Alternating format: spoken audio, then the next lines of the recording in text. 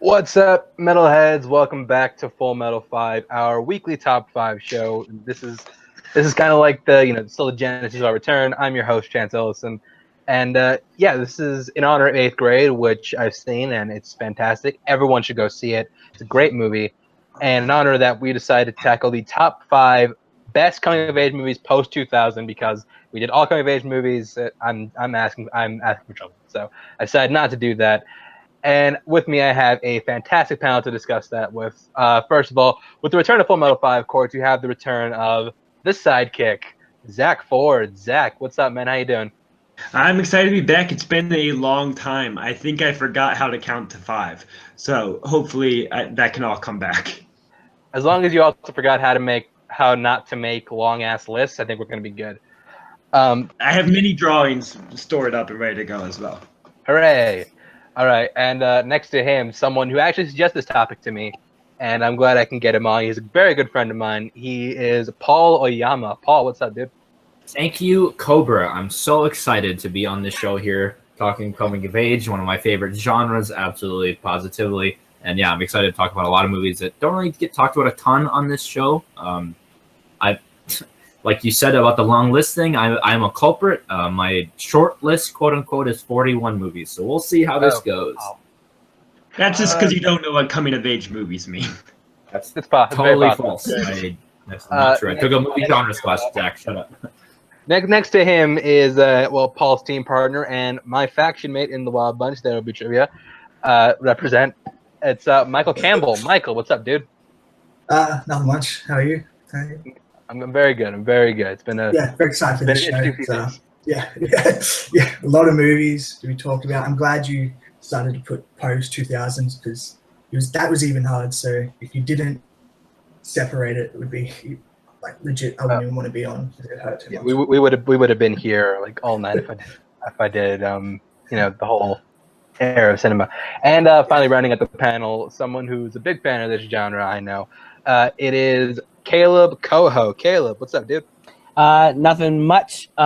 If Ryan is the master of hot takes, I am the master of controversial picks on Full Metal 5, and that is what this whole episode is going to be today. So it's going to be fun. I'm excited to be here. Let's do it.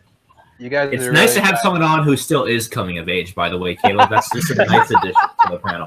You're right. And the word controversial is just a poor excuse for saying you have bad choices. Thank you. The way this works is we curate a top 5 list right here live for you people. And the way we do that, we have 3 different selection processes. The first one is the nominations round. We're just going to go around and nominate different coming-of-age movies until we get to a top 7. For a movie to make the top 7, you have to get 3/5 majority vote. So I'm going to start. And my first pick is going to be this more recent movie, but I do think it's one that deserves to be on this top 7. It's a great movie, definitely the best of that year. Got a lot of recognition for a lot of different reasons. And my first nomination is going to 2016's La La Land. Now, La La Land stands apart from a lot of movies in the coming of age era for a lot of different reasons. And wait, hold on. I've been told there's a mistake. I'm sorry, there's a mistake. Moonlight, this is your nomination. I knew exactly what you were doing the second you said La La Land. And Caleb has left the building. I had to do that. I might leave the stream. That just brought back so much PTSD. But let me talk about Moonlight real quick. Moonlight is one of the most flawless movies I've seen this decade. This movie has great performances, is unbelievable performances. The way the story is told is fantastic. It goes through all the beats that you need to go in a great coming of age movie. And if you hadn't told me that these were 3 different actors, I would have thought they pulled a Boyhood and just filmed it with the same person the whole time because it felt so natural and so organic. There's a reason movie won Best Picture. It is definitely the best movie of 2016, and I think it absolutely did a spot on top 7. So I'm gonna go to Caleb first. Caleb, Moonlight doesn't make top 7. Have you seen it? I haven't watched it because he has not of the PTSD from the La La Land incident, which is my favorite movie of all time. So is that actually why you haven't watched it? That's one of the reasons. Yeah, I also can't find it anywhere. So yeah, it's on Amazon Prime, I think. So all right. either way, watch Moonlight. That's why I went to you first. But I'm gonna go to Paul first. Paul, Moonlight, does it make top 7? So it's tough. I don't know if I agree with you that it's the most flawless movie of the decade. I said one of. But I would say it's the second most flawless movie of the decade. Moonlight is unequivocally belongs on this list. All 3 actors that play Chiron are absolutely brilliant at every point of his life. It's shot beautifully. It's written really elegantly and in a really efficient way that doesn't overextend its welcome. Yeah, it's everything that you want a coming of age movie. You have the sort of mentor figure, but it's like an unconventional sort of mentor figure with Juan. And yeah, Mahershala Ali is amazing. People talk about the third act being weak. I love the third act. That's my favorite part of the movie. I think when it crescendos with them in the diner, that's one of my favorite movie endings of all time. The music is incredible in this movie as well. Something that doesn't really get talked about enough, I think. And I think that just thematically, the way this movie kind of comes together is brilliant. So yeah, it's a yes. I could have sworn I said one of the most flawless, but that's I didn't mean to say the most if I did, but I meant one of. But either way, I'm gonna go to Michael next. Michael, Moonlight, does it make top 7? Yeah, this is pretty easy. This is definitely one that came straight to mind. You guys pretty much said all that needs to be said, but like one scene that I want to mention is like I remember Paul also talking about this before. Like it has one of the most satisfying scenes ever, which is when Ashton, who plays Chiron number 2, finally gets up and just breaks a chair over that dude who's been like bullying him. You're like, it's so satisfying. I just want to give shout out to that scene because you guys have said everything needs to be said beautifully, and it's a big yes. Big yes. All right, so that's it. Moonlight is the first movie to make the top 7. Zach, what would you have said? Yeah, so Moonlight is one. I decided there's 3 movies I think are classics, future classics of the genre, need to be on the list, and this is one of the 3. I do want to say, to go off Paul's third act thing, I think second act's the weakest part. The third act to me is such a beautiful and emotionally raw way to kind of fulfill that story arc that I feel like if it didn't land that, the movie wouldn't have the punch that it does. As far as like flaws, because I think I am very much on the outside, but I really, really don't like Naomi Harris's performance. I think she's kind of eating up all the set that she can and chewing up that scenery, and I feel like it just doesn't meld with the kind of poetry that the rest of the movie kind of delivers to me. It's just a performance for a different movie. I feel like it's a performance out of a Lee Daniels movie. Wow. So, damn, you want to talk about hot takes? That's a big one with Zach. So otherwise, it is a beautiful movie, and I'm excited for Barry Jenkins to come back this fall. So. Oh yeah, Beale Street Could Talk, which also it's the type of coming of age movie that we should get to see more and more often. Yes. And it's one of 2 movies I hope come up that really do a larger arc of coming of age, where it's really journeying through multiple, stages of the life. Well, Zach, you might get to bring up all those movies right now because it is your nomination. So, Zach, what do you want to throw up first? So I'll just get the other one out that I really think is a necessity. I'm worried that certain viewers find this a little boring and too like slice of lifey. But it fulfills the definition of coming of age because it follows someone's whole childhood and adolescence, and that is boyhood. Paul seems appalled by this. No, I'm not. It's not just go ahead. Yeah, I think Boyhood is one of the more like realistic approaches of what it is to come of age and to find yourself and find your voice and find your identity, and how that kind of comes in conflict with people's around your identities, not trying to become what your parents are or what they try to make you be, but become your own person. So Boyhood to me, Richard Linklater is one of my favorite directors, and this is his masterpiece, kind of epic in a Richard Linklater way that you could have be epic. So Boyhood is my choice.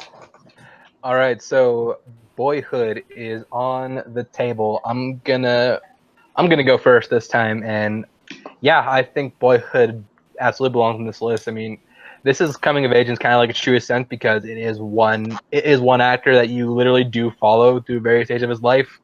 And thank God that kid didn't grow up to be like a really bad actor, else that would have really torn me apart. Yeah, L.R. Coltrane's really good. Patricia Arquette's fantastic. My favorite performance in the movie actually comes from Ethan Hawke. I thought Ethan Hawke was amazing in this film. I really think had J.K. Simmons not been as good as he was in Whiplash, he definitely would have won the best supporting actor Oscar.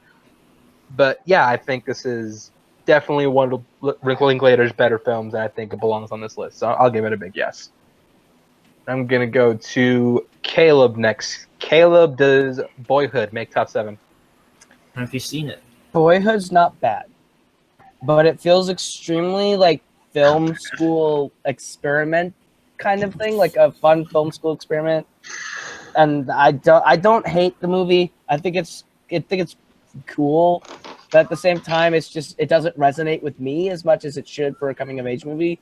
At least, like, to me, it doesn't hit me the way that most other coming of age movies do. So I'm gonna say no, but it's not a bad choice. It's not a bad choice. Maybe it hits me harder because I'm from Texas, but that's 1 no and 1 yes for Boyhood. And I'm gonna go to Michael next. Michael, Boyhood, does it make top 7? Yeah, this is one of my favorite movies of all time.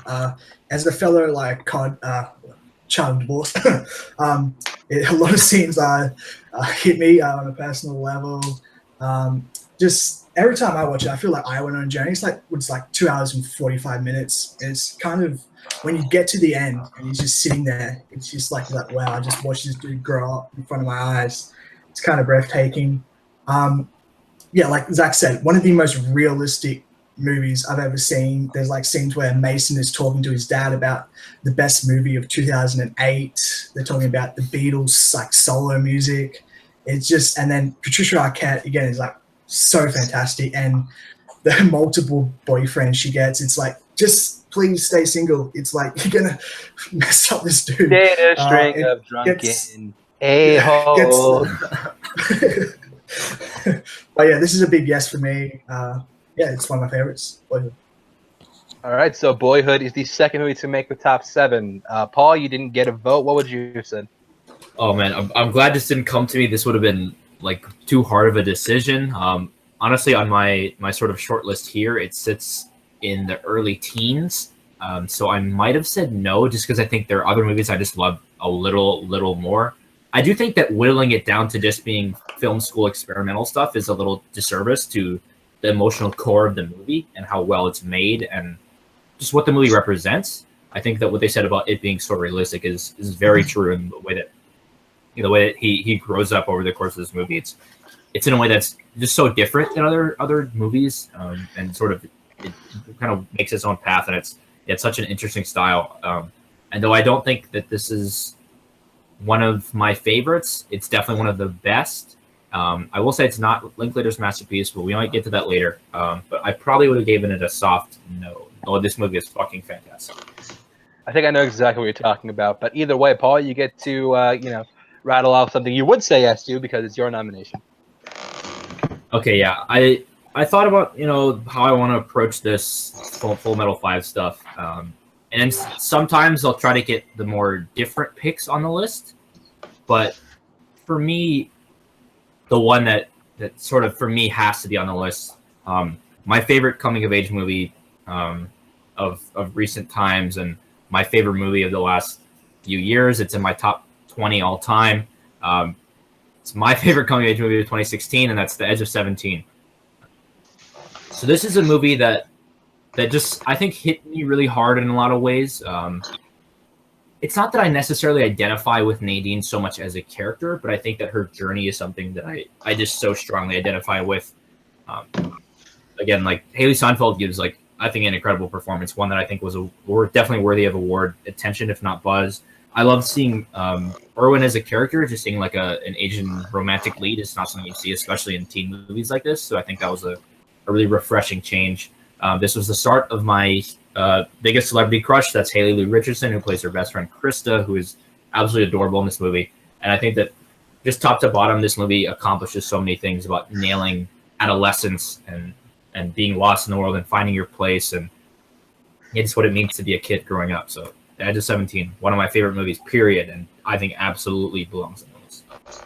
Okay, so Edge of 17 is on the table. I'm right there with you, Paul. Although my celebrity crush is Haley Steinfeld. I think she's incredible. But nevertheless, it's not what we're here to talk about. we're here to talk about whether or not this movie makes top 7. And Zach, we are going to you first. Yeah, so I enjoy Edge of 17. I think with the exception of how they're able to make the main character relatably unlikable, like flawed, but not hateable. She still has her charm. I think that kind of steps it a little bit outside of the normal teen movie box, but everything else, the way they use the teachers and the other students, I feel like is still pretty general with following the dynamics and notes of a teen movie. There's another teen movie that's very on point with what makes up that genre that I think is, which actually I like Edge of 17 better than this other movie I'm thinking of, but I think the other movie is going to stand history for a longer time that I think should go. So I say no to Edge of 17. Okay, so that's 1 no. I'm going to go to me next. And this is a movie that I was a little later to the game on. I don't think I saw it before if I did, I don't remember. I think I saw it after the cut of 2016. Didn't make my top 10 that year, but after seeing it, after seeing it on repeat viewing, it kind of crept the way up. I really do love Edge of 17. I think what sets it apart is the fact that it's a movie about a teenage girl. It's like relatable to a lot of different people. I think if you're like a brother, if you're like a parent.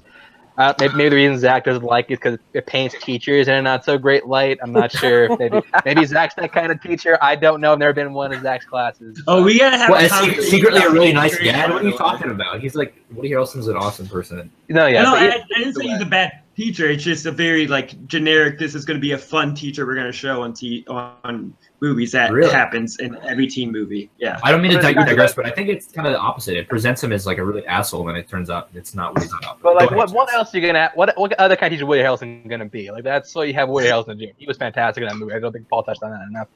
But yeah, it gets actually he gets a big yes for me. Gonna go to Michael next. Michael.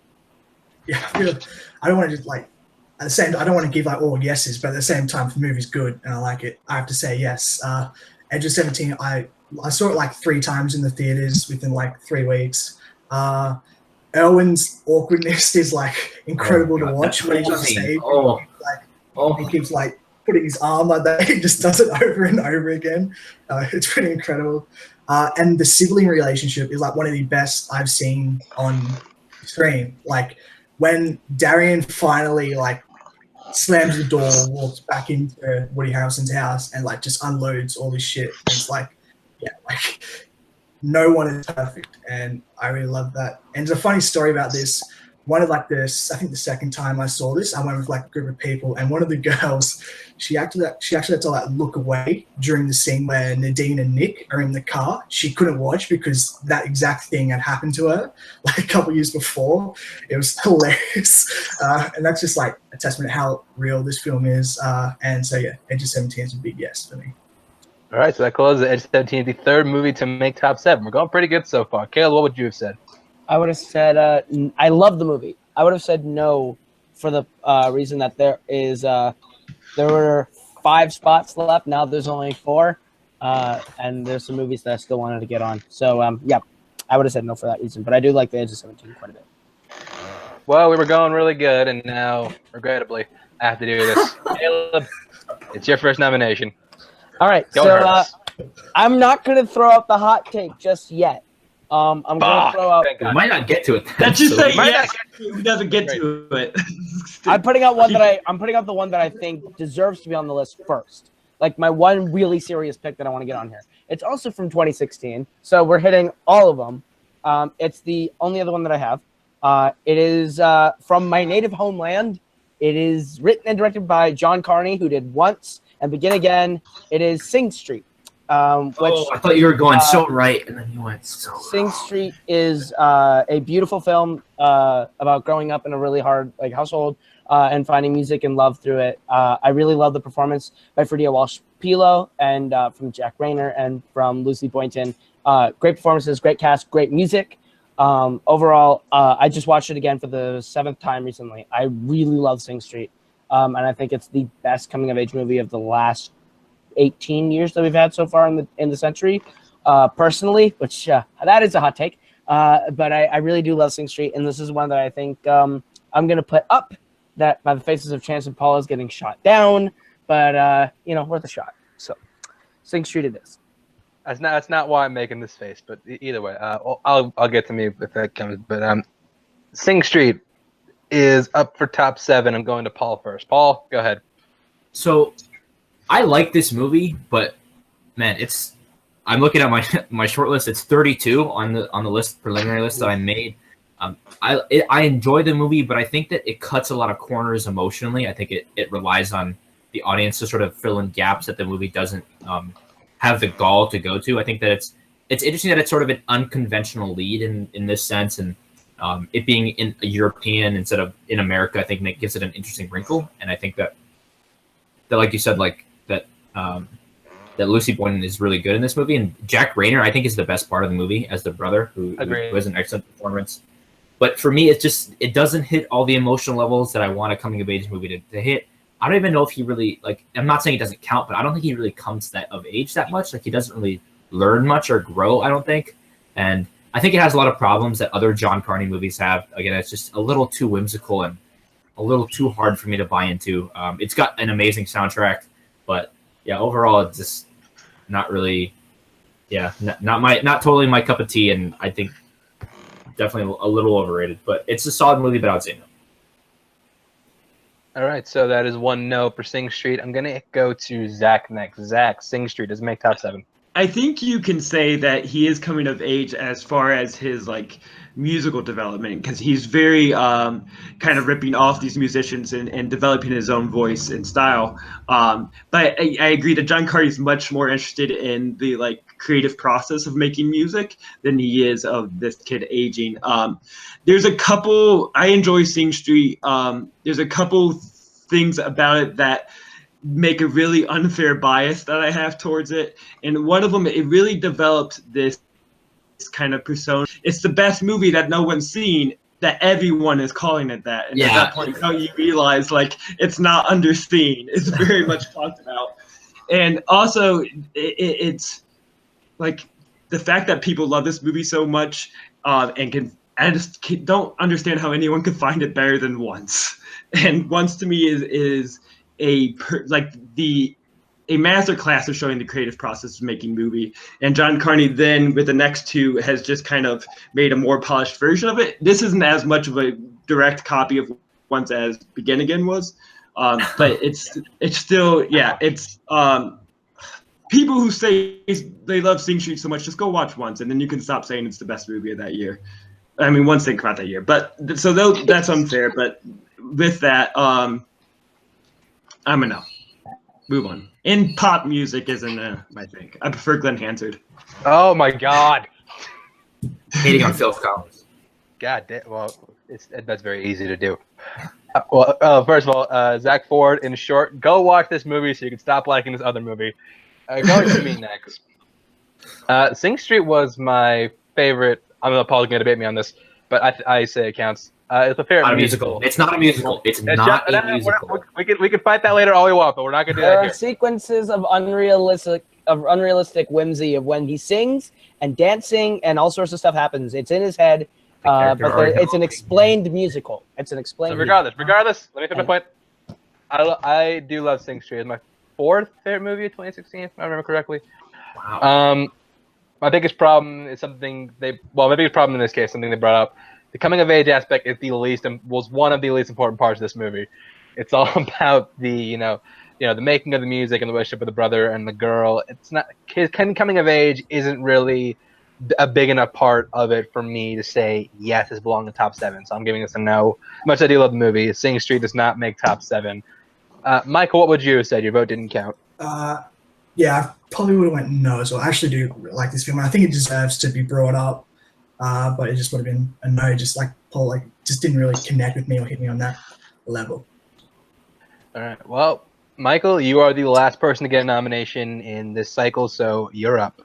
Yeah, coming of age is when I was making my list, obviously there was one movie that went straight to the top because it just happens to be my favorite movie of all time. So what a coincidence. And that is Almost Famous. Just makes the cut for this video, released in 2000. And with that, Luca just tunes out. So No, Luca likes Almost Famous. I think it's Luca likes Almost Famous a lot. Yeah, all the other Comedy Club movies, no, but Luca likes Almost Famous. Yeah. So it's obviously based off Crow's actual real life. In the 70s, he was a reporter for Rolling Stones, and like you can go on the internet and look at pictures where he's with Led Zeppelin, like Robert Plant, Jimmy Page, he's on the plane. It's kind of surreal to see, and it's interesting because I think this is Crow coming into his own as a director. Like he was just coming off his biggest hit commercially and critically with Joe Maguire, and this is like his most mature film so far. The direction is really solid. It's like just moves. It's really, really rewatchable. I actually like the director's cut better. There's a few extra scenes. A lot of memorable characters as well. Like people, because obviously it's a road trip movie. Matt knows, and John Roker, it is a road trip movie. So during that, if it's a road trip movie, you've got to have characters that like flow in and out and make an impression. There's Kyle Gass as a radio host where he's like asleep, and I actually really like that scene because it shows the band actually enjoying each other for once. There's Eric Stonestreet as a hotel clerk who got like chewed out by Frances McDormand. He's got Zooey Deschanel as older sister, who basically changes William's life when he says one day you'll be cool, and he gives William the box of albums. There's also really cool quirks where like he's actually was moved up, so he's like 11. I'm 11. And obviously this is going to sound cliche, but the music is a character. Like it has to be if this movie is going to work. Jimmy Fallon as the manager comes in is just excellent. Yeah, I love little moments where like Russell is on the dirt. Russell is a little bit ahead of everyone, and that is like a huge deal to them. That's like so real. That's exactly what happens in the 70s. It's my favorite movie of all time. It's kind of a easy pick. Almost Famous. All right, so Almost Famous is up for top 7. I'm gonna go to Caleb first. Caleb, Almost Famous. No, sorry, I don't like Almost Famous. It's very overrated. It's fine, but it's definitely not. It's definitely not one that I would put on a top 7. But especially now with 4 spots left, I'm not putting it on here. It's a no vote for me. Sorry. All right, so that's a no from Caleb. I'm gonna go to Paul next. Paul. So yeah, I this is kind of me and Michael were famous. It's his favorite movie of all time. I have not seen it until 3 days ago when I finally watched this movie. And I was floored. I don't think it's overrated at all. I think it's incredible. This is Kate Hudson at her absolute peak. Her as Penny Lane is like one of the most memorable characters. I think a side character he didn't mention is Jay Baruchel. It's like the biggest Led Zeppelin fan, and he's fucking hilarious. He cracks me up. Like every time he's on the screen, he's just trying so hard to get so much attention. Billy Crudup gives like a legit, like amazing performance in this as sort of the star of the band who's not the lead singer, and it creates an awkward dynamic with him and Jason Lee. And I mean, yeah, there's Mark Maron as like the really frustrated promoter that like screams them out of town. Is absolutely hilarious.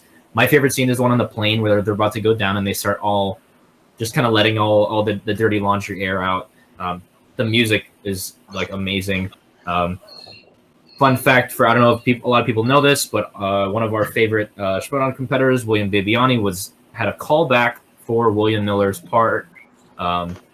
He sadly obviously did not get the part. That would have been a very, very different, very interesting movie. But yeah, I love Almost Famous.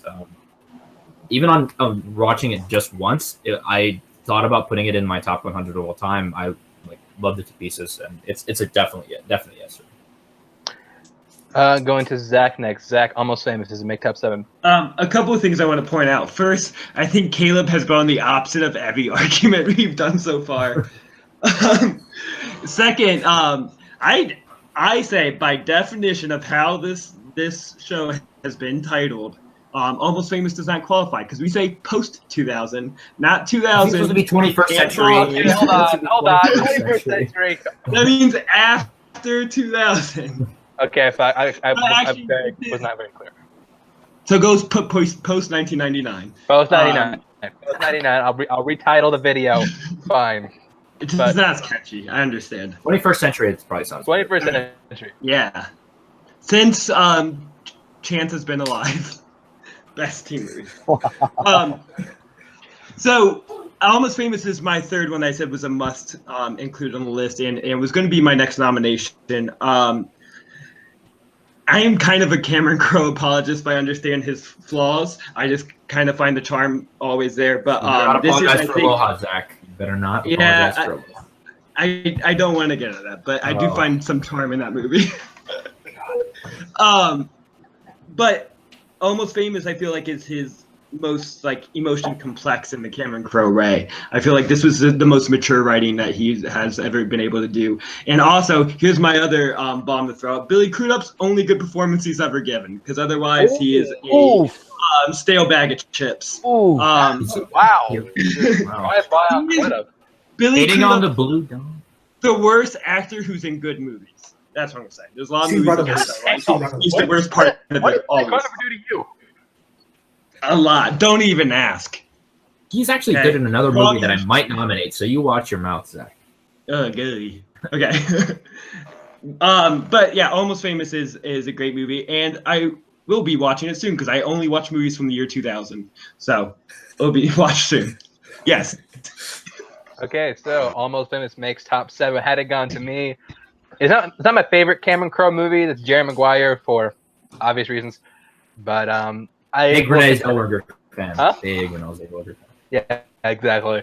But no, yeah, I love Almost Famous. I think it's a fantastic film. Not sure what movie Caleb watched. Maybe if Lin-Manuel Miranda had a part in it, you're right. Might be singing a different tune. You're actually not wrong. He watched Totally Famous. I'd like it more. A fan-made sequel. He watched Totally Famous. Or right. About to be famous. Almost Famous is fantastic, and I think it absolutely did a spot on this list. But given that, we have after this, go on YouTube and find a deleted scene from Almost Famous. It's one scene where they play Stairway to Heaven, and they had to cut it because they obviously couldn't get the rights. And I think it was a good decision to cut it because it would have just halted the movie. But it's one scene. They just play Almost Famous, and William is there, and Zooey Deschanel's like part-time boyfriend, like really acts out the song in front of these two nuns. I'd recommend watching that scene afterwards. It's hilarious. All right, so we're back to me, and my next nomination is going to be something a little unconventional. Good. But I still think qualifies in the realm of coming of age, in that not all coming of age movies are about kids. Sometimes they are about a man-child trying to, come in his own, be a, normal adult. And I'm talking about the 40-year-old version. The 40-year-old version is coming of age in the sense that it's Steve Carell, who has really kind of had this junior high mentality his entire life, just purely because of the fact that he's never had sex. But this whole movie takes him on a journey where he learns to, he learns to go beyond that, and he learns to be, just a regular person who has aspiration, who has goals, who has everything that a normal adult has. And I think Steve Carell's journey, I think he goes through an incredible journey in this film. I think he gives a great performance, one of the best of the decade of 2000s. Yeah, there's a hot take for you right there. But I think in the sense that it's him going from man-child to normal adult, I think this movie absolutely fits the criteria and should be on this list. So, Caleb, 40-year-old virgin, does it make top 7? I'm struggling right now because I can see it. I can really see your argument. But at the same time, for a top 7 all-time 2000s coming-of-age list, I feel like there's a few that we're still missing that I think should be on here before 40-year-old virgin. So I'm gonna say soft no, but I applaud the bravery and the choice. That's fair.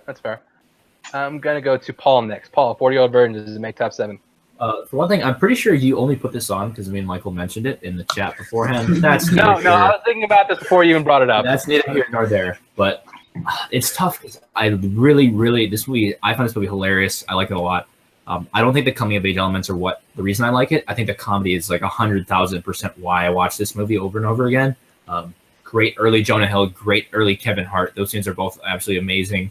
Obviously the Kelly Clarkson scene, but yeah, this movie's really funny, but I don't think the coming of age elements are as strong. I do think it counts for the list, but I don't think that those elements are what make the movie great. And I think that there are other movies that are just as good, if not better, and they're better because of the coming of age elements. And I think that's why those would be more suited for a list. So despite the fact that I like this movie a lot, I've seen it many times. I would have to say. Check out my other one. But that's 2 no's. I'm going to Michael next. Michael, what are your versions? Make top 7. Yeah, again, like the others, this is actually kind of tough. Yeah, I really do like this movie as well. But as I was just looking at my list, and if I would have put it on my list, I think it would have been around like 10 to 13. Oh, fuck. Yeah. Oh, fuck. Fuck, it's gonna be a soft no. Sorry, Chance. No, it's all right. It's all right. I should have given it more Get consideration. you shut down. Zach, what would you say? You didn't get a vote. Yeah, so we had a long conversation about this before air that Chance just wasn't there for, because Chance is too cool and famous for us now. He was stuck in his dressing room complaining that the finger sandwiches were cut in the wrong direction. The Mr. Pre-Chat discussion that always diagonally, please. Okay. Anyways, I decided that if we were going to kind of loophole and allow all ages, that it can be an endless discussion of what counts or doesn't count as a coming-of-age film. So I made the pre-decision that I am not, on technicality, will not count anything that is above college age. I'm doing college age and younger, just to kind of narrow the scope a little bit. So I would have been enough. Yeah, and I just hate adults. All right, well, Zach, you're wait. Okay, so once again, this is not a movie I have as much adoration for as some of the other ones on my short list, but I feel like we need to step out of our male perspective sometimes and understand some cultural touchstones that are there that maybe just aren't necessary for us. But it is a super witty, super funny movie, and is going to stand, or has always stand the test of time with other like high school classics, like Fast Times at Ridgemont High or John Hughes movies. But it's Mean Girls. I think Mean Girls needs to be on the list, just understanding, how quotable it is for a lot of our culture. It is, will be remembered as one of these coming-of-age movies of our time. So, and I mean, Lindsay Lohan, guys, the star of our time. But I do like this. This brought Tina Fey as a writer kind of into the mainstream outside of SNL, but making movies, making shows, and I think an important voice of our time. So Mean Girls is my choice. All right, so Mean Girls is on the table. I'm gonna go to me first, and yeah, this was on my list. I was a little late to the game on this one because I had no interest in watching a movie called Mean Girls. But yeah, over time I realized this is a really great, really funny movie. Probably, well, if not one of the best things Lindsay Lohan ever did with her career.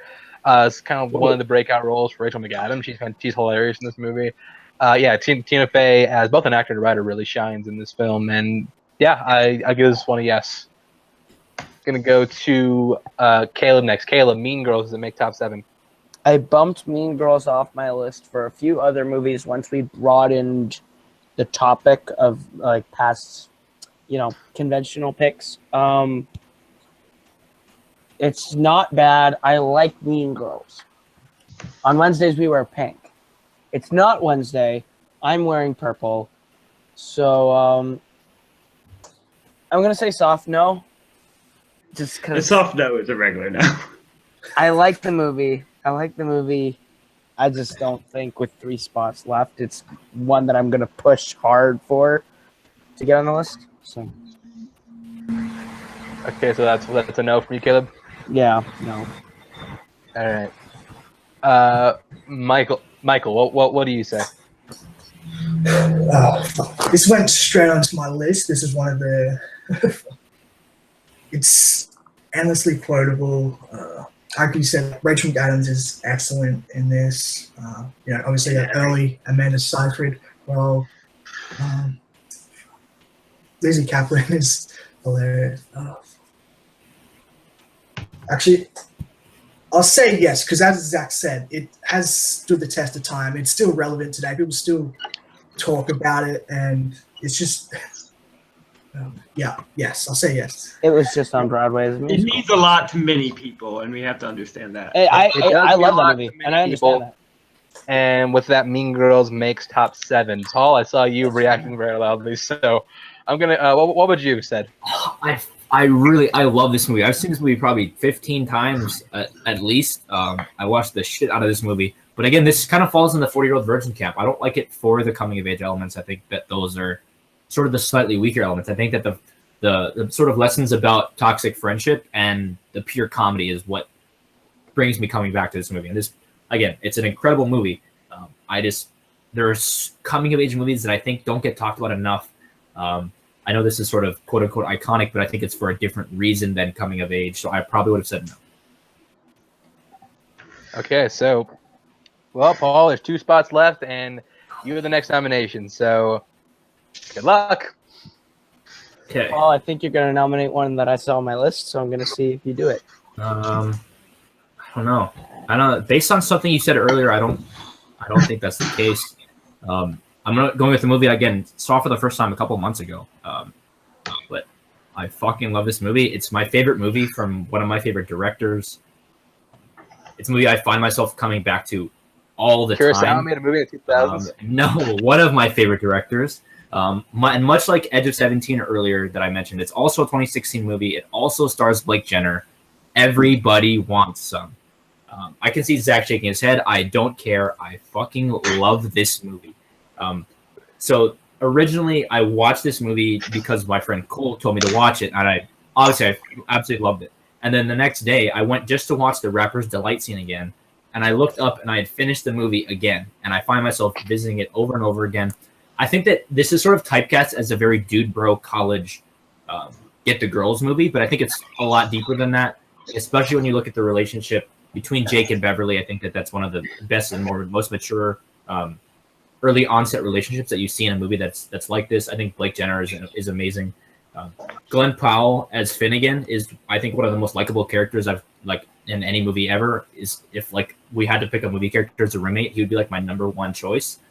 And I think all the characters are interesting in their own way. Jay Niles is fucking hilarious. They call me Raw Dog because I'm Raw Dog. And like when they get in the fight over at the sound machine, and the music again is incredible. I love the dancing scenes through and through. I don't think there's really a part of this movie that I don't love. So yeah, 100,000%. Everybody Wants Some is my favorite Richard Linklater movie, and yeah, one of my favorite coming of age movies. Wow, bold statements. All right, well, Everybody Wants Some is on the table. I'm gonna go to Zach first. Zach gets to go first. I'm just saying right now, nobody better say everybody wants some puns. No, like I want some, or not everybody wants some, I don't. Just let's avoid that. I covered it, it's done.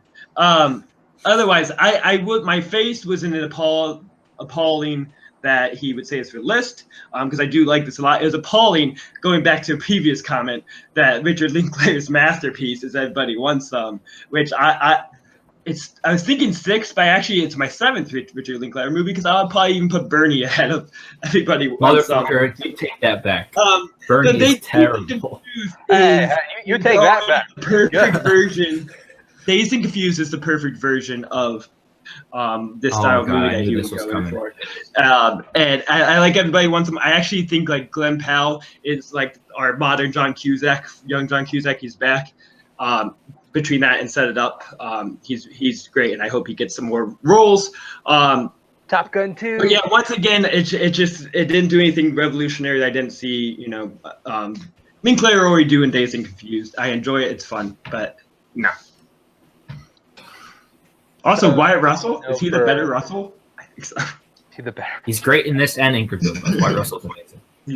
But nevertheless, so that's 1-0 for Everybody Wants Some. And coming to me, I think the assessment that we've seen it done before isn't.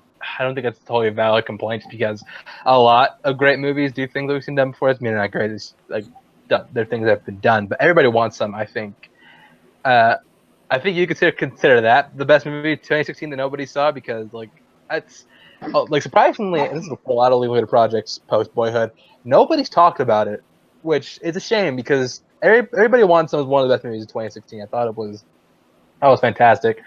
Yeah, it has a great likable cast, especially a likable star like Blake Jenner, who I think is a really good actor. I hope he gets more work, and it looks like he is, because he was in American Animals this year, which I haven't seen yet, but it looks really good and I want to see it. But Nevertheless, I give Everybody Wants Some. I give it a yes. I think it should get a spot on this list. It might not be top 5, but I think it's good enough to be top 7. I'm gonna go to Michael next. Michael. Yeah. Spoiler alert, this is my number 1 film of 2016. Blake Jenner had like one of the best years, in my opinion, ever with Edge of 17 and Everybody Wants Some. Wyatt Russell's whole, I won't spoil it for anyone who hasn't seen it, but his whole arc in this movie is fascinating. It's hilarious to watch, like in retrospect when you rewatch it. It's funny when like they're so competitive, like a ping pong game turns into like the most serious thing ever. It's like that's exactly a baseball team, man. That's how baseball teams work. Yeah, and it's like funny because I think they probably like talk more for them, not like the girls. They don't care about the girls. They just want to try and compete with each other. The scene where they're like, "Oh, that's a scout over there painting a house." Like they're just bullshitting each other. Like Paul said, Raw Dog. He's one of the funny. It literally made me sit up, like fall on the ground, laugh for 10 minutes. Is when he's pitching. They actually have the baseball game, and you see how good Tyler Hoechlin's character is. Like you see, he's for real. And Raw Dog gets so freaking mad. He throws his mitt on the ground. He just like I can't talk about it without laughing. Zoe Deutsch obviously is so charming in this movie. She's like such a sweetheart.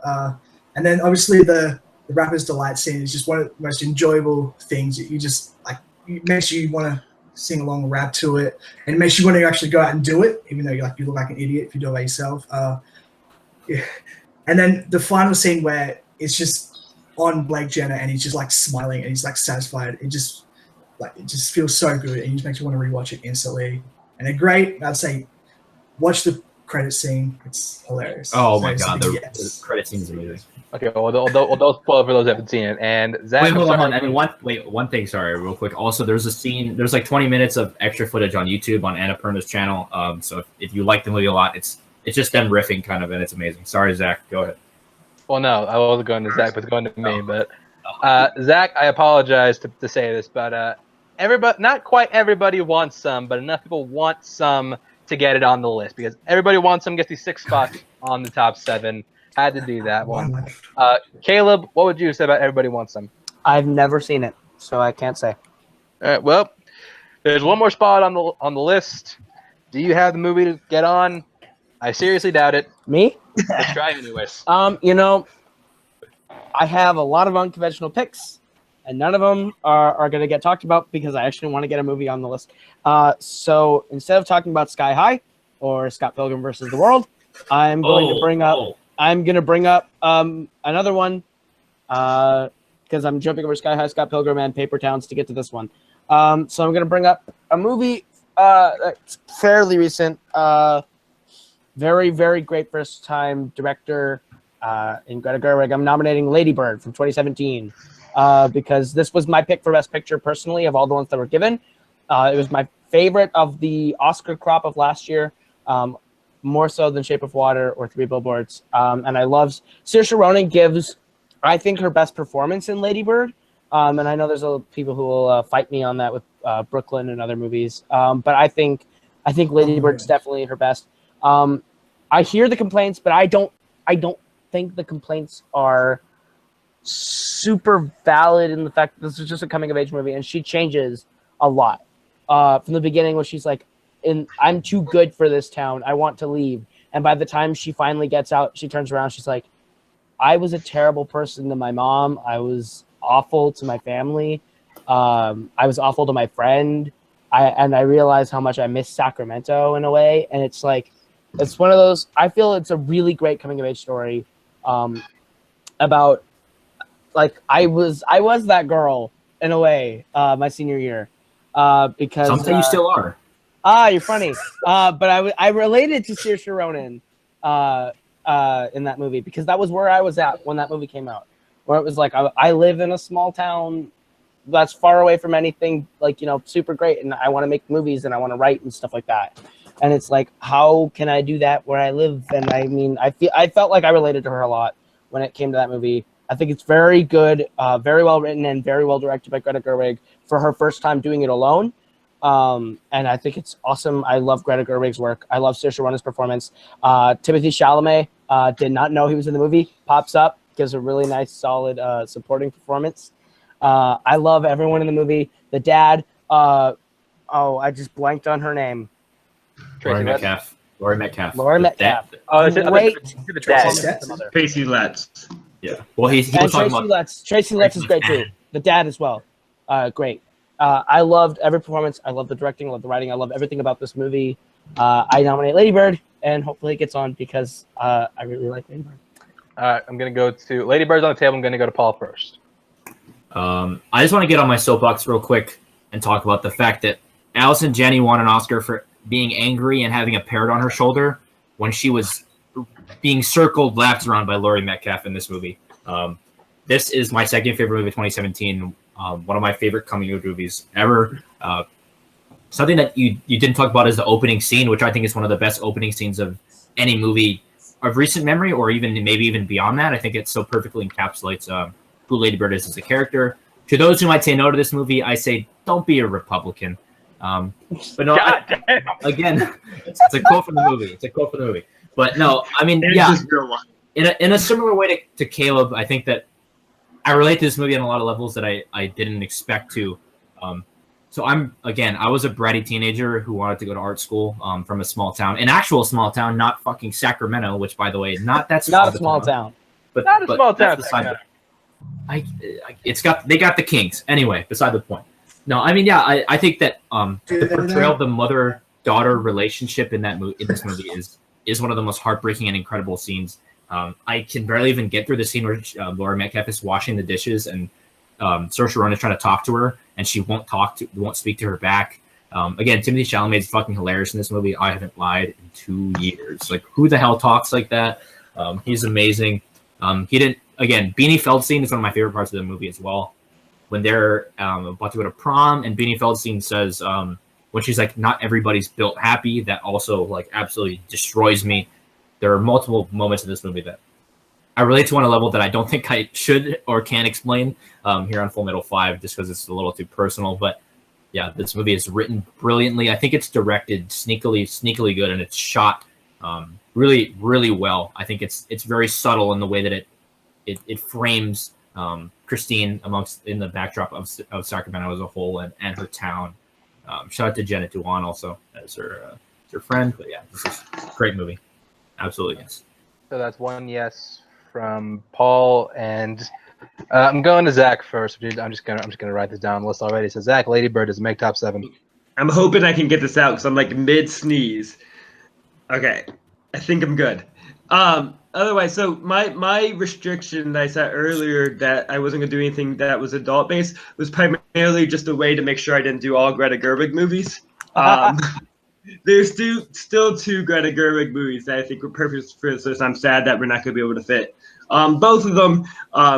But yeah, Lady Bird captures her voice and everything I love about her so well. And I just want to point out, the way the movie ends is really what made it impactful for me, because the whole movie is about her trying to find her own identity separate from her family and her city, and find out who she wants to be and connect that to who she actually is.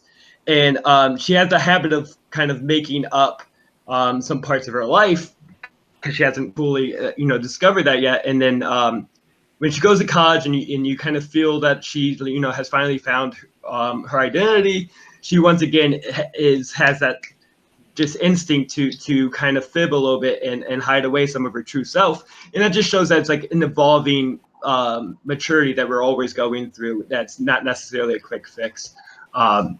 And that really impacted me.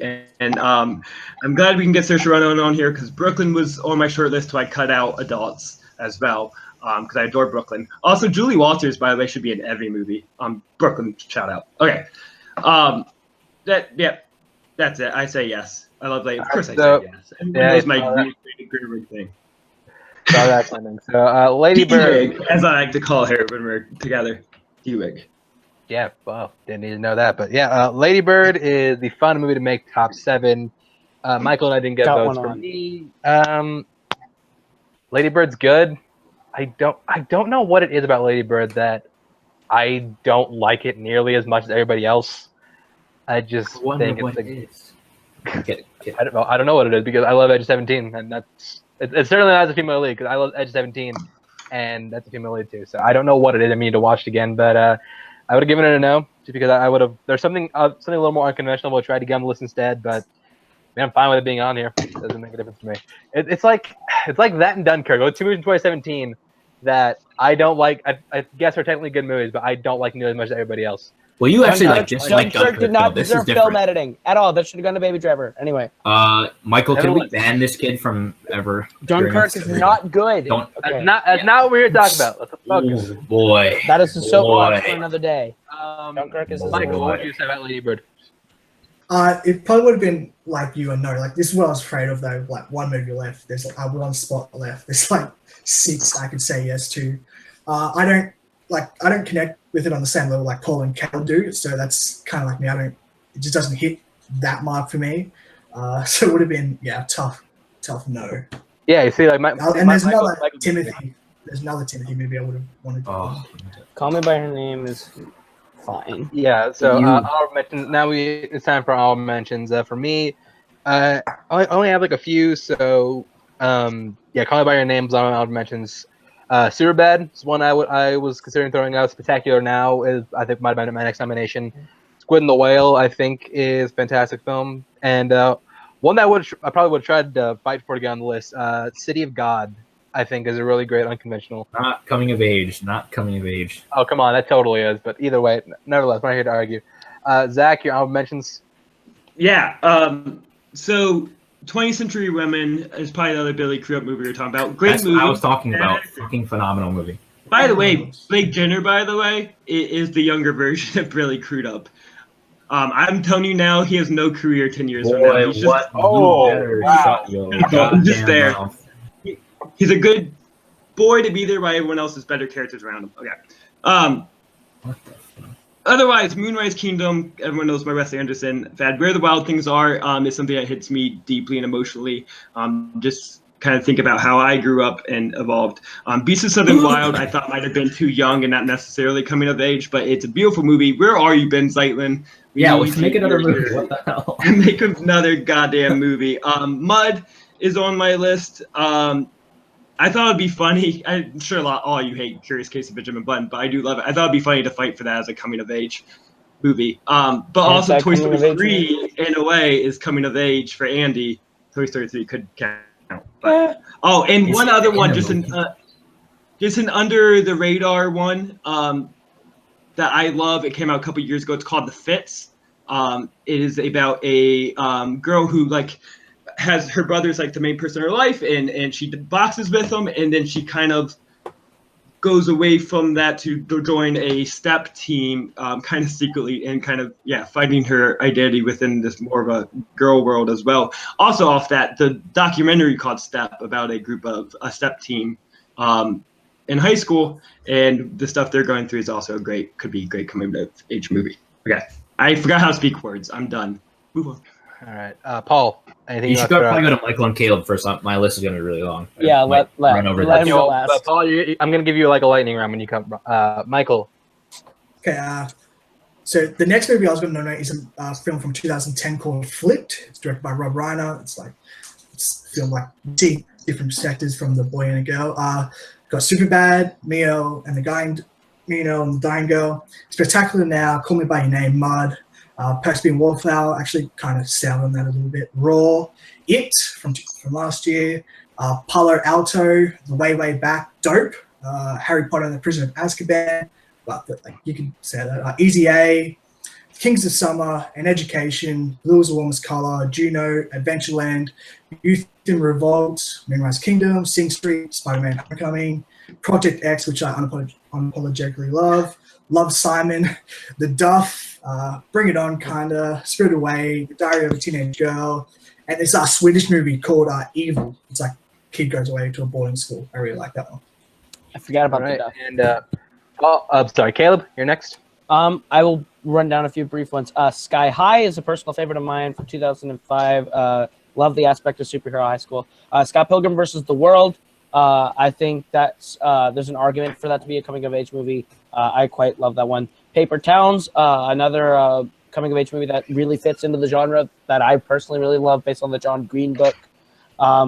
My super unconventional pick is Cars, which is I was gonna make the joke that not every coming of age movie needs to be about a human, but I think that one really does fit in the coming of age box of like he completely changes over the course of the film fundamentally as a human, not as a car. Chronicle was another one that I had on here. Kind of an unconventional pick. Another kind of I kind of looked for the more weird kind of. You could tell I like superheroes. Monsters University, another one I had on my list. Spider-Man: Homecoming, I had on mine.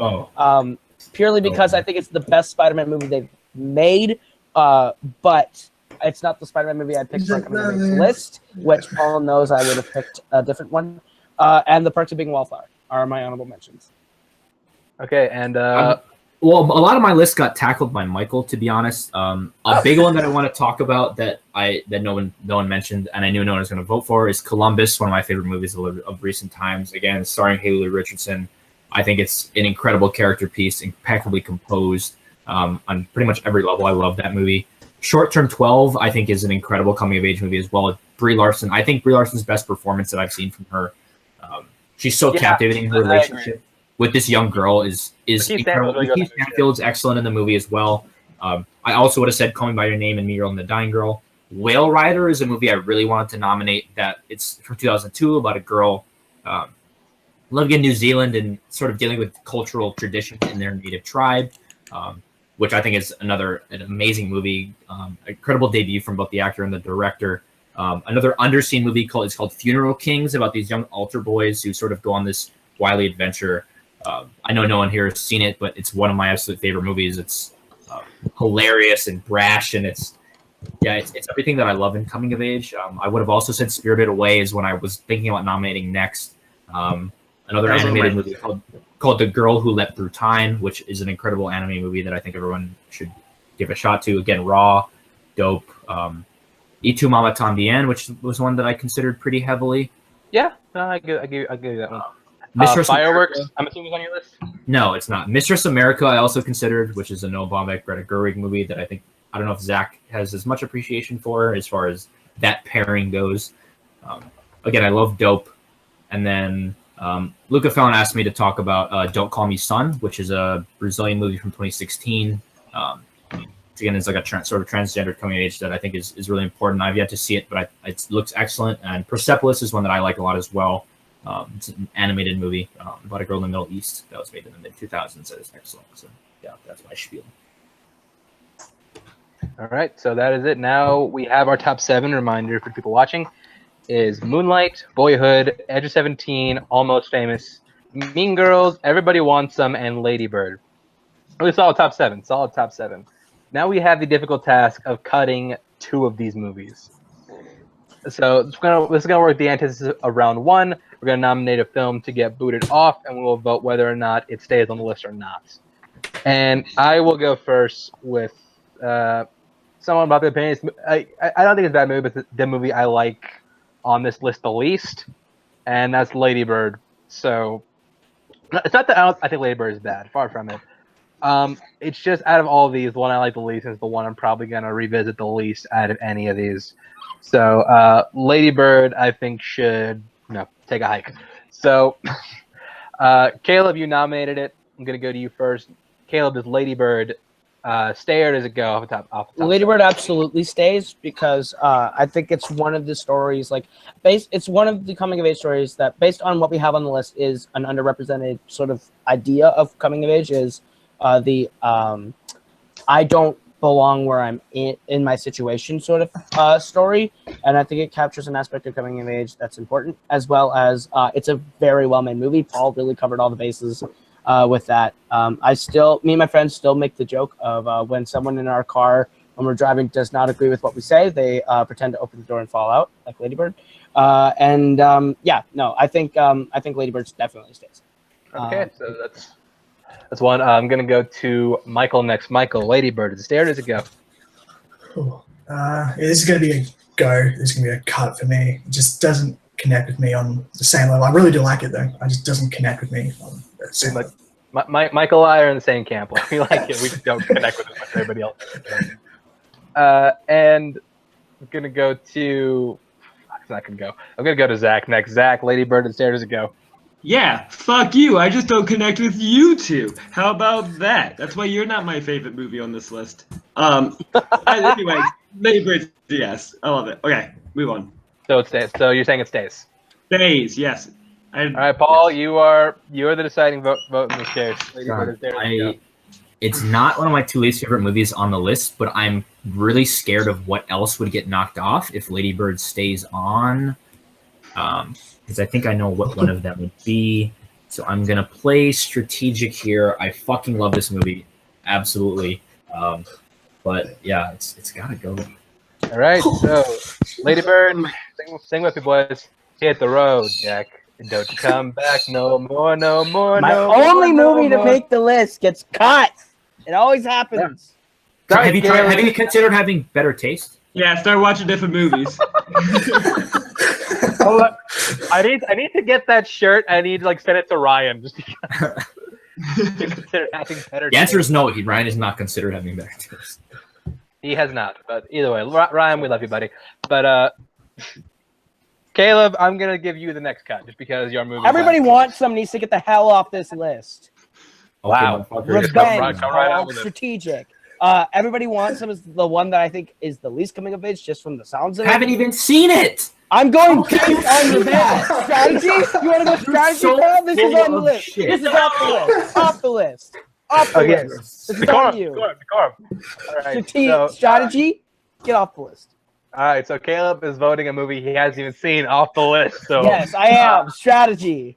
Paul, this is your movie. So Are your you call. fucking kidding me? Absolutely not. This stays. There's definitely one that needs to get off the list, and it's not this. Fuck. Okay. So Think about it. It's coming. We're talking about coming of age here. That's all I'll say. Yeah, I know. I'm And going you next. kick off one of the and- best 5 best of the 2000s. That's true, but I knew you were going to kick off something better. So Shit. Fuck.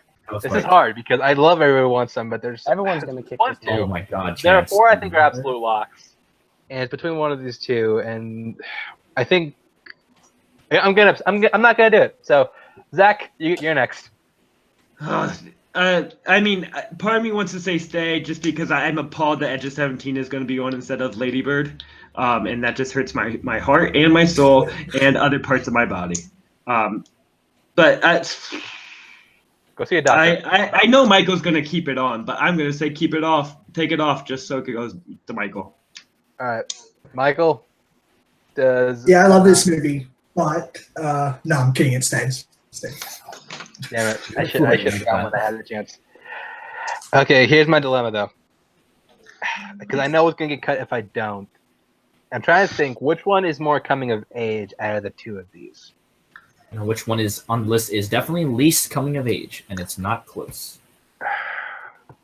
I'm gonna say Everybody Wants Some Stays. So Everybody Wants Some Stays. I'm leaving it on. Oh, I thought you already said it stays. I was like, what the hell? Oh yeah, holy shit. I decided not to vote. Okay. Oh my god, pulling the We host. just all knock you out and think it's either on. I'm the host. That's why I was can like, decide what I want Yeah, to. so or won't relax. I thought it came So, out of me. I Paul? was like, oh shit. Your movie almost got cut, so I'm gonna go to you next. Yeah, I mean, I don't think it's really that close. I love the movie, but Mean Girls is just not.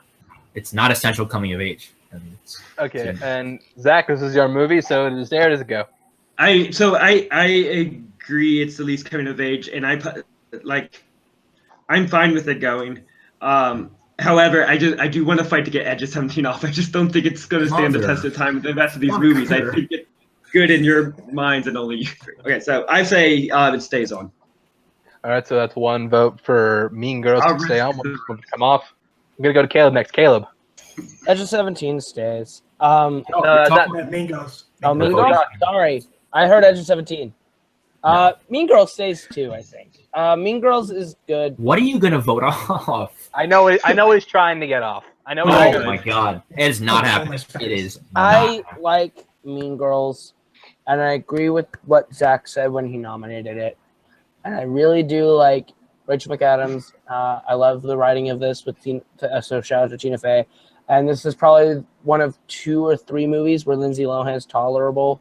So Oh, I'm don't slander her. gonna please, vote I'm yeah. gonna I'm gonna vote Herbie yeah, Fully it Loaded. stays on. I It mean, stays you're not entirely incorrect. I don't know if it's only 2 or 3 movies, but Kenyans. Well, Mean that's Girls different is a today. 2004 American teen comedy. Weird. That doesn't sound. So, did you give it a yes or a no, Caleb? Yeah, it stays on. Okay, so it's 2 for it staying on, 1 for it going. Gonna go to me next. Yeah, out of all of these, I say Mean Girls goes because I can't, in good conscience, kick out anything else. So, Mean Girls, I love you, but you got to go. And Michael, you're the deciding vote in this case. Does Mean Girls stay or does it go? This is going to be a cut for me. I'm very happy with the top 5 we have if this goes. So it's going to be a cut. All right, so that settles it. Mean Girls is off the top 7. We have our top 5. So, I top hate 5 almost is every movie on this top 5 right now. Yes. You haven't seen like 2 of them. Moonlight, Boyhood, Edge of 17, Almost Famous, and Everybody Wants Some. Despite what Caleb says, this is a very good top 5. So now come to the rankings portion. We're all going to write down on our markers or paper. We're not going to write down our markers. We're going to use our markers to write down on our whiteboards or paper, whatever, what we think should go in which spot on the list. So, gentlemen, if you all write down what you think should go on the number 5 spot on the list. By the way, if you're gonna vote something, you better get the title right, or it doesn't count. Just saying. I think I know what he's referring to. I just don't like how we're letting Paul and his mind warping of Michael take over the show. It's not my Michael. Michael likes these movies. What the fuck are you talking about? Well, I mean, Jeremy usually fills the void of taking over the list, so someone's got to do it. All right, I think everyone's ready, so I'm going to go first. I have Everybody Wants Some at number 5. Going to go to... no 2 exclamation marks. Yeah, if you guys have 2 exclamation points, there's a different movie. It's not the... No, bullshit. Fuck you. Not the movie. I prefer the 1 exclamation point 1 anyways. I didn't have exclamation points. I just kind of like said it like Everybody Wants Some. I didn't shout it at you guys, but Zach, what did you say next? Edge of 17. Ooh, interesting. No the as well. She's falling off. Paul, what do you have? As much as this hurts me, you, and the crew gonna try to move your feet. Everybody Wants Some. With 2 Caleb. Everybody Wants Some, and I wrote in the 2 exclamation marks, so Paul doesn't yell at me. Okay, so that settles it. Everybody Wants Some is the number 5 movie on the list. Michael, you can. What did you have? Well, I'll just keep. You're gonna save it. Okay, you can save it. You can save it. And now we vote on the number 4 movie on the list.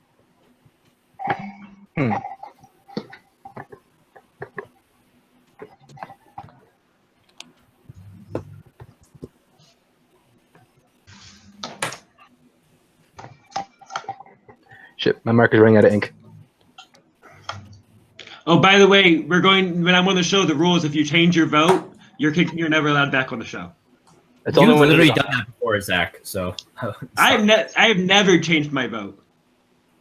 lies. I accidentally erased my board now, but I put It's just like Timothy Chalamet. I haven't lied in 2 years. Yeah, exactly. such an odd number. Okay, Bullshit, Michael. Kyle. Oscar winner Timothy Chalamet, by the way. I'm calling Michael, it you're now. gonna Should have been past Oscar winner, but we won't have to. He's winning this year. I have the Edge of 17. Okay. Caleb, what do you have? I have Almost Famous. Paul. The Boy from the Hood. All right. This is not going well. Zach. Edge of 17. Get it? She's fallen off the 7. Edge of 17. I went for a different drawing. I have 1, 2, 3 to 17. There's the edge. So You're like, yeah. my mark is running out, and you drew a whole fucking. No, Yeah. my marker wasn't running out. I just It's just a pathological. edge of 17 makes the number 4. Now we write down what goes in the number 3 spot on the list. This is tough. I'm really surprised Caleb hasn't tried to get the movie he hasn't seen lower on the list. I think he's smart enough to know that that's not fucking happening. No, I'd rather have a movie that I haven't seen win the list than a movie that I don't like win the list. So. All right. Well, that might happen because for number 3, I'm saying Almost Famous. I might regret that, but Zach. Walker, what are you doing? Moonlight. Racist. Classic. Paul. Hey, Still the boy from the hood. Caleb. Almost Famous. And Michael, you better not fuck this up. Michael. Start coming down to Paul, and I know he's going to pick. I put Moonlight. Oh, So Paul, you got to vote between Almost Famous or Moonlight. Oh, motherfucker.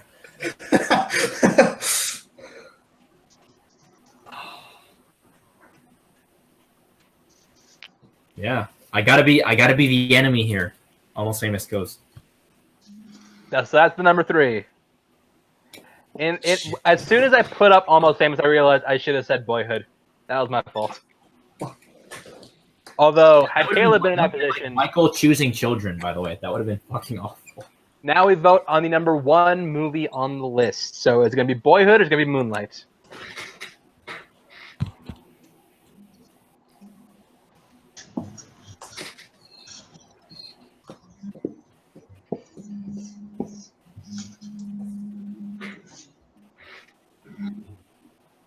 Fuck that up, man.